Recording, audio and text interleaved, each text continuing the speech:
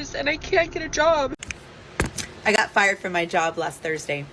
And let me tell you, it was the most overwhelming, peaceful experience that I have ever felt in my life. When I tell you guys how screwed the job market is, let me just show you one of the biggest sectors in America, which is going to be your good old finance bros in the vest. So Wall Street expected to shed about 200,000 jobs in the next few years. As AI is becoming so good, it's replacing the job near you.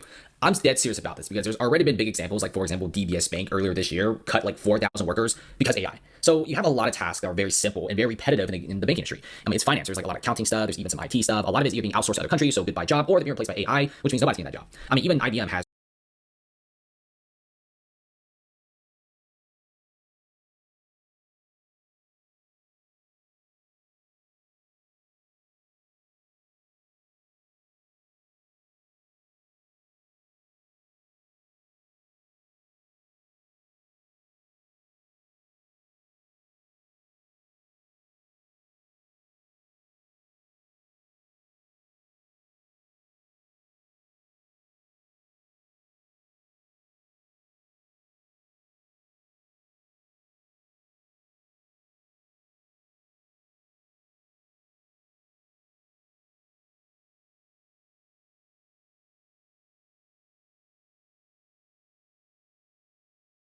replaced thousands of human resources workers with artificial intelligence. I mean, even customer service nowadays is being replaced by AI. Okay, even the Wendy's drive-thru and the Fazoli's drive-thru sometimes has AI. This is the type of world we're living in. AI is replacing all the jobs, whether you like it or not. And Wall Street, according to Bloomberg, is expected to shed 200,000 jobs, which is such an enormous amount. I mean, even without the AI layoffs right now, you already have individual banks conducting their own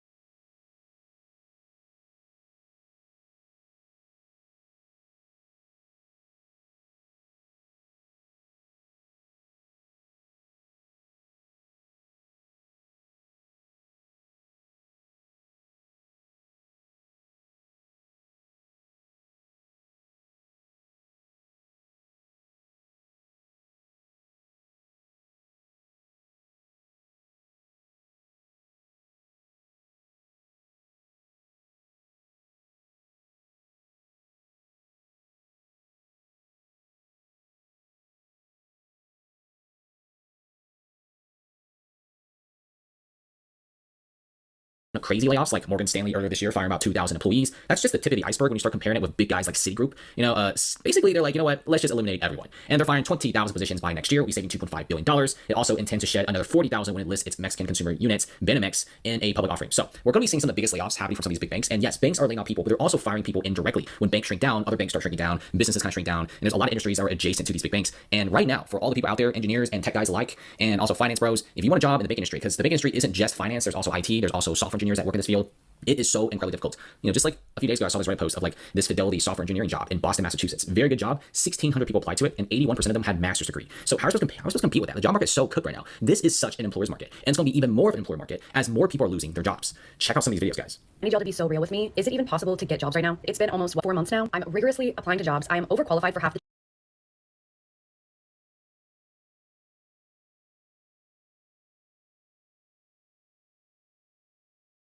jobs I'm applying for, and I'm not even getting emails back. I'm not even getting confirmation that these people have even looked at my resume. If you work in HR or you're in the hiring process at your job, please let us know in the comments what we can do or what you're looking for. I'm somebody who has a full-blown degree, several years of experience. I've been working in really high-value jobs since like 2018. Genuinely feels like if you're applying for jobs, you're basically just applying to win the lottery. It's so defeating. It feels like you're constantly being told that you're not good enough, and there's never a conversation about what made you not fit for the role. Instead, it's just AI-generated emails that probably hundreds of people are receiving. I used to think that the only way to get jobs was to have connections and know people who already work the jobs you're applying for, but even that is not true. Let me know if you have any advice, and I doubt this is the last I'll be talking about this, so follow for more. About a year ago, I posted a video saying, I don't know if I'm ever going to find a job again because I had been looking for so long and no one had given me anything. This is what has happened since I posted that video. 2 months after I posted that video, I got a job offer. 20 hours a week, $16 an hour. 5 months after I started that job, the entire company shut down.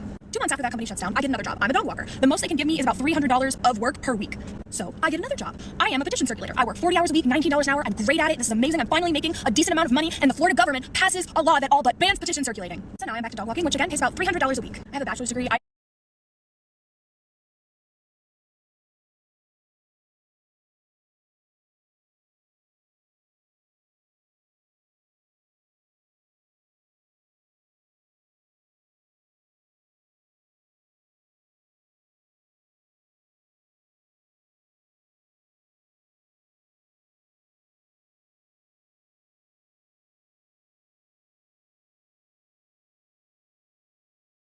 have 4 years of experience in mental health, 10 years of experience in childcare. I have experience in higher education, aquatics, food service. When I was in high school, I tutored refugees in English, and I speak French. And I do not believe that there is any job that I'm above. I'm telling you, I got rejected by Taco Bell and Sam's Club. Where are my bootstraps? Because I would love to pull myself up by them. I'm a college student and I can't find a job. I've applied to over 100 jobs. No one will call me back. No one will hire me. I've applied at coffee shops, restaurants, office jobs, everywhere you can think of, I've applied. My tuition is really high right now, plus like all my bills. I've been doing dog walking around the area. I made about $500 from that the 1 month, and then I also have the claim app. I can go in there and claim class action settlements. I think I made $2,000 from that the 1 month as well, which is really good, but it's not enough for like all my bills. So I was wondering, where have you guys been applying at? This is the only job market that I've edited where you can go to a town hall and not know that the hiring manager is leading the town hall, that you can exceed in both the first interview and the second interview, so much so that they tell you you have a final interview at the end of your second interview, and then during your third interview they tell you that you made them think about completely different perspectives through your presentation and have really good conversations through your third interview and still not get the job. So if you're struggling to find a job like I am, please know you're not alone. And that finding a job in this market absolutely sucks. I don't have a voice because I just scream crying because I'm just so devastated. So if you're trying to find a job like me, please know you're not alone. I don't know if there's anybody else who's been unemployed for a while who can relate to this, but I feel like since I've been unemployed, like my life has been on hold. And I don't mean it like just from like the standpoint of like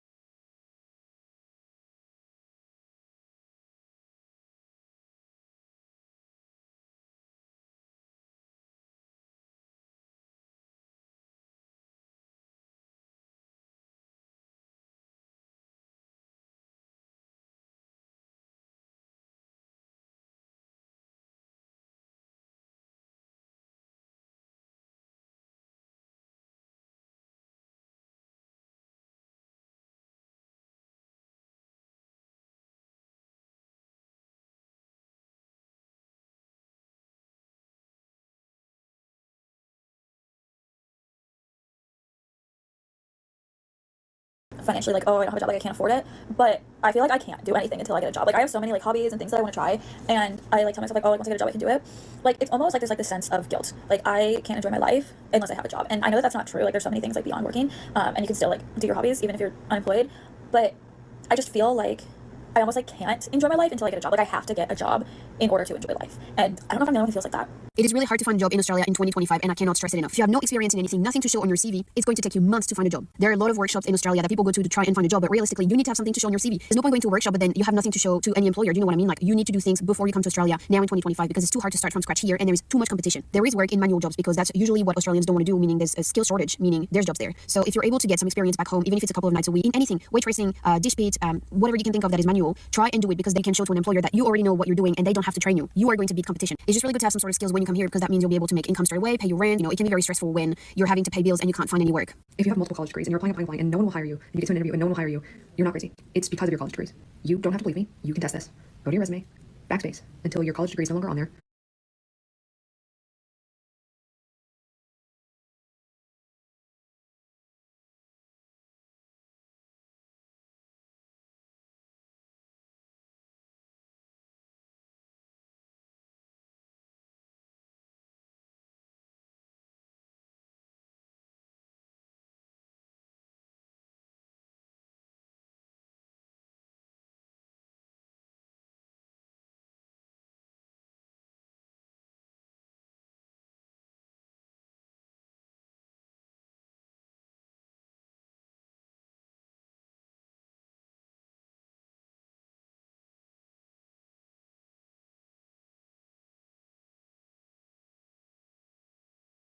Take it off your LinkedIn, remove your graduation year, and apply again, and tell me if you don't see a difference. You're not crazy. They are in fact not hiring you because you have a college degree.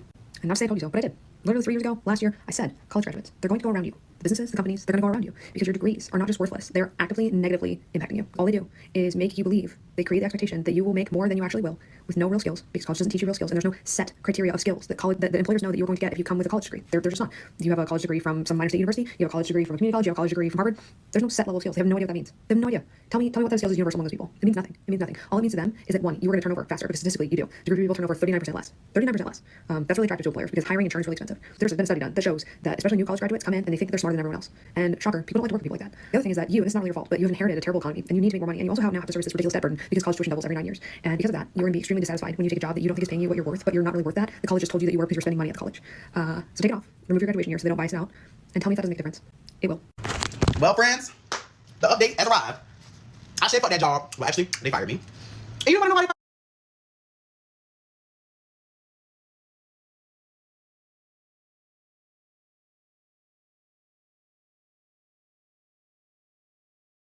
Bitch, it's time to work. Oof. Today's been a rough day. So I've got a rough day.